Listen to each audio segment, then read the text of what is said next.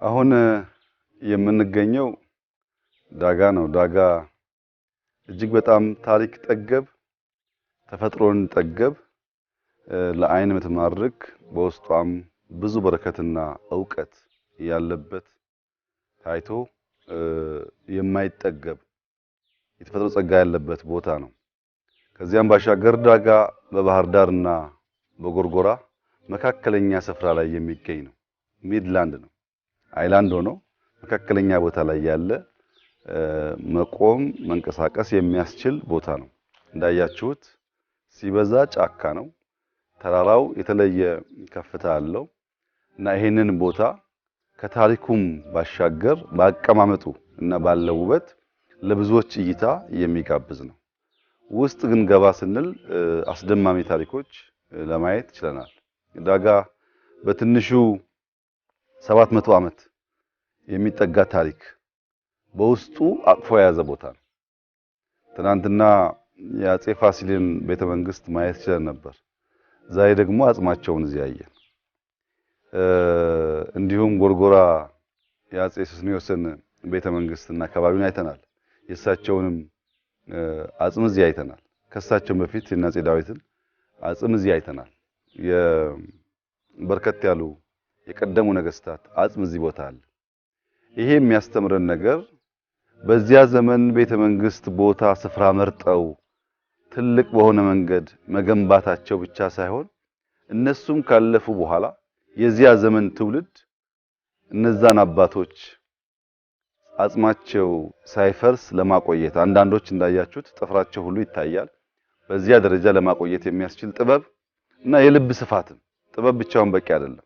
የልብ ስፋትም ያለበት ዘመን እንደሆነ ያሳያል። ወደ ኋላ ተመልሰን ታሪካችንን ስንመረምር ብዙ መፈተሽ ያለብን ነገር እንዳለ ያመላክታል።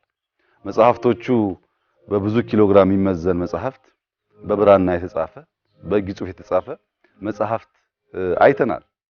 እንግዲህ ዛሬ እነዚህ መጽሐፍት በእጅ መጽሐፍ ሳይሆን እነዚህ መጽሐፍት ለማንበብ እንኳን ትዕግስት ምን ያክል እንዳለን መፈተሽ ያስፈልጋል።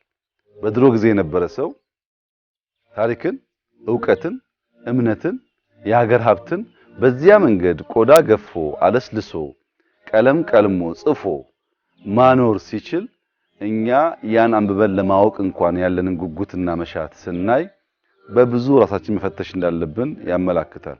ነገር ግን ዛሬ ቅሪቶች አይተናል። እዚህ ስፍራ ላይ አባቶች የአባቶቻቸውን የሀገራቸውን ታሪክ ለማቆየት ለማሸጋገር ያላቸውን ጉጉትና ፍላጎት እንዲሁም ታማኝነት ለሀገራቸውና ለእምነታቸው ያላቸውን ቀናኢነት በደንብ የሚያሳይ በውስጡ ጥልቅ ዕውቀት እና ጥበብ ያለበትን ስብዕና ማየት ችለናል። ይሄ በጣም ብዙ ያስተምራል።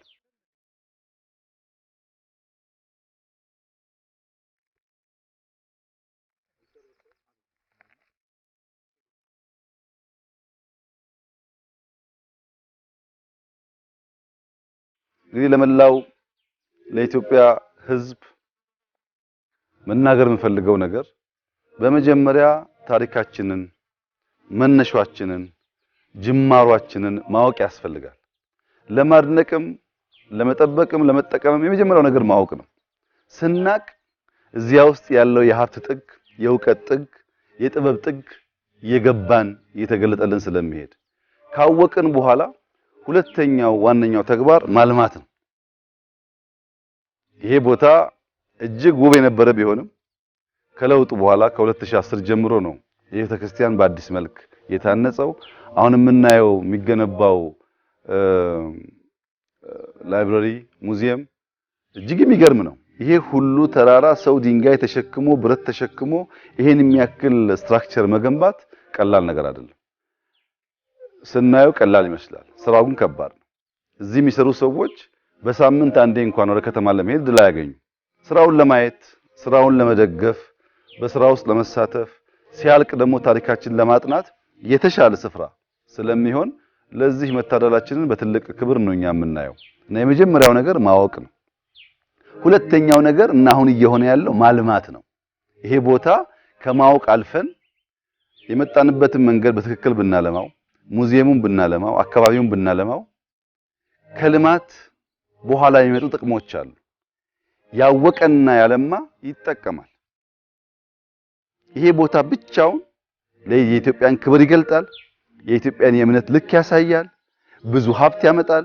የሚንቁን እንዲያከብሩን፣ የማያውቁን እንዲያውቁን፣ ለብዙዎች ትምህርት መስጠት የሚችል በጣም ግዙፍ ነገር በውስጡ የያዘ ሲያዩት ያነሰ ይመስል በጣም ትልቅ ሀብት በእምቅነት የያዘ ቦታ ነው እና ሁለተኛው ማልማት ነው። ከዚያ በኋላ መጠቀም ያልኩት ነው የሚመጣው። ሶስተኛው በዚያ ታሪክ፣ በዚያ ጥበብ፣ በዚያ ዕውቀት፣ በዚያ የልብ ስፋት መጠቀም ያስፈልጋል፣ መማር ያስፈልጋል።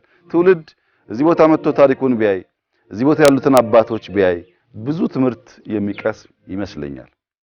ካወቅን፣ ካለማን፣ ከተጠቀምን በኋላ ግን ማሸጋገር ደግሞ ይጠይቃል። ለትውልድ የሚልቅ የሚያልፍ መሆን አለበት። 700 ዓመት አቆይተዋል ባልተመቸ ሁኔታ አባቶች። ሌላ ብዙ መቶ ዓመታት መቆየት እንዲችል አሁን ያለው ትውልድ ደግሞ ማስተካከል፣ ማሳመር፣ ማስዋብ፣ ማሳወቅ ያለበት ይመስለኛል። ኢትዮጵያ ውስጥ በትክክልም የበራለት የገባው የተገለጠለት ተፈጥሮን ያከበረ አምላኩን ያመነ ትውልድ ነበር ማለት ነው። አሁን የሚያስፈልገን ነገር መንሳፈፍ አይደለም፣ መሬት መርገጥ ነው። ተፈጥሮን ማወቅ፣ ራስን ማወቅ፣ ሀገርን ማወቅ፣ ከባቢን ማወቅ፣ ፈጣሪን መፍራትና መገዛት ነው። እነዚህን ነገሮች በምናውቅበት ጊዜ ያ የነበረው ገናናነትና ትልቅነት በዚያ ደረጃ ብቻ ሳይሆን አሁን ያለውን ዘመን በሚዋጅ ልክ ልንሰራው እንችላለን።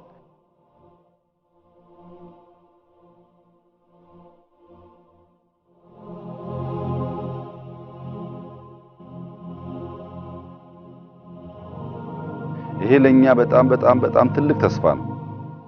ዳጋ ላይ የሚገነባውን ማየት፣ ለግንባታው ድጋፍ ማድረግ፣ አጼ ፋሲል ቤተመንግስትን ማደስ፣ ጎርጎራን መልሰን ማደስ እና እነዚህን ታሪክ ማገናኘት መቻላችን ትልቅ እድለኝነት።